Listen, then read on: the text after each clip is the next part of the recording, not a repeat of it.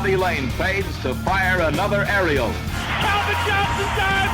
Touchdown, Detroit Lions. Disassembled by Detroit's Silver Rush defense.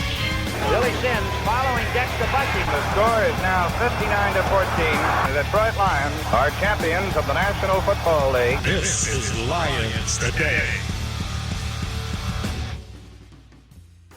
Two fights broke out yesterday in 11-on-11 drills at Lions training camp in Allen Park. For a recap of the action, here's WTHC play-by-play man Jerry Gerbil. Lions training camp. Second-year skipper Dan Campbell getting his team ready for the hard knocks of the NFL campaign. First, the undercard.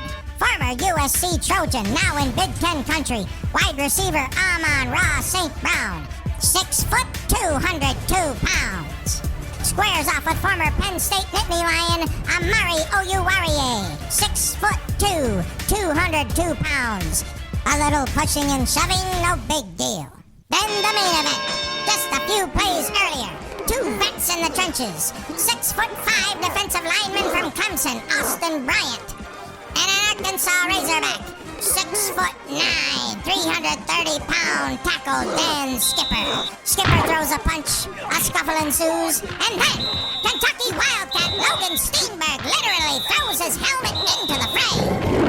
Cooler heads prevail, and then it was back to work. The Lions open up the preseason Friday, August 12th versus Atlanta at Ford Field. Reporting from Allen Park, Jerry Gerbil, WTHC Sports. In the Hall of Fame game last night in Canton, Ohio, the Las Vegas Raiders beat the Jacksonville Jaguars 27-11. Number 1 overall pick Trayvon Walker recorded a sack for the Jags in defeat. New Jags head coach Doug Peterson was pleased with his progress. Showed his length, his athleticism, his power, he's going to be fun to watch, I think, all season. Meanwhile, Mike Florio of Pro Football Talk speculates Raiders running back Josh Jacobs is being showcased for a trade after running 5 times for 50 yards in the victory. The Pro Football Hall of Fame 8-member class of 2022 will be inducted Saturday in Canton. Jaguars offensive tackle Tony Baselli, Raiders wide receiver Cliff Branch, Saints linebacker Sam Mills, Patriots defensive lineman Richard Seymour, 49ers defensive tackle Bryant Young, and Packers safety Leroy Butler headline the players selected to the Hall of Fame. Former Philadelphia Eagles and St. Louis Rams head coach Dick Vermeil and longtime official Art McNally are also being inducted in the contributor category. On the NFL legal docket, the league is choosing former New Jersey Attorney General Peter C. Harvey to hear the league's appeal of the 6-game suspension for Deshaun Watson. The league is seeking a tougher penalty under its personal conduct policy. Harvey has served as a federal prosecutor and is a member of the NFL's Diversity Advisory Committee.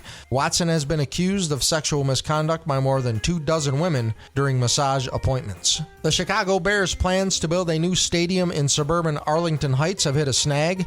A petition from the right-wing group Americans for Prosperity is calling for Arlington Heights to abstain from using taxpayer money to build a new stadium. Meanwhile, a group of Bears fans called Bear Down for Prosperity tells Americans for Prosperity to mind their own damn business, as the Bears have not won a Super Bowl since 1984, and the goddamn Packer fans won't shut up about it. And finally, in other NFC North news, the Minnesota Vikings are still pursuing Pro Bowl defensive tackle and one-time Detroit Lion Ndamukong Suh. The 35-year-old hasn't missed a regular season game since 2011, and he had 6 sacks and 27 tackles with Tampa Bay last season. No word yet if Packers quarterback Aaron Rodgers will plan another ayahuasca trip to South America if his old nemesis Suh returns to the NFC North. Those are your Lions Today headlines. I'm Doug Warren. Early reports from Lions training camp this year say Jared Goff looks more comfortable in the offense under second-year head coach Dan Campbell. It's to be expected. There was a lot of pressure on him last year coming to the Lions as the replacement for Matthew Stafford in that blockbuster trade with the Rams. And Goff, at the very least, was expected to be a stopgap. I think he's more than that. He's already shown what he's capable of in Los Angeles. He led them to a Super Bowl. They didn't win, but he was there. He's got 2 wins as a starter in the playoffs, which is more than any quarterback aside from Eric Kramer in Lions history, unless you want to go back to the 1950s when Bobby Lane and Tobin Rote were taking snaps for Detroit. The guy's not chopped liver. He's a decent quarterback, and with a healthy offensive line, a productive DeAndre Swift, pass catchers like Amon-Ra St. Brown, DJ Chark, TJ Hawkinson, and at some point this year, hopefully a healthy, fully recovered Jamison Williams, this Lions team offensively could be pretty fun to watch. The defense is another story. That's commentary. I'm Doug Warren. This day in Lions history, December 9th, 1962. With the help of 10 takeaways, 5 interceptions, and 5 fumble recoveries by the Lions defense, the Lions defeat the Minnesota Vikings at Tiger Stadium 37-23 in front of 42,256 fans. With the win, the Lions move to 11-2 on the season, keeping pace with the defending champion Green Bay Packers. However, the following week, the Lions at Wrigley Field against the Chicago Bears would lose 3-0, finishing the year 11-3 and second place behind the Packers and out of the playoffs for the third season in a row. Lions history, as always, is brought to you by Titanic Cruise Lines. When you're the worst, sail with the best. Titanic Cruise Lines. Lions Today is your podcast for bite-sized chunks of news, commentary, and perspective on the Detroit Lions and National Football League.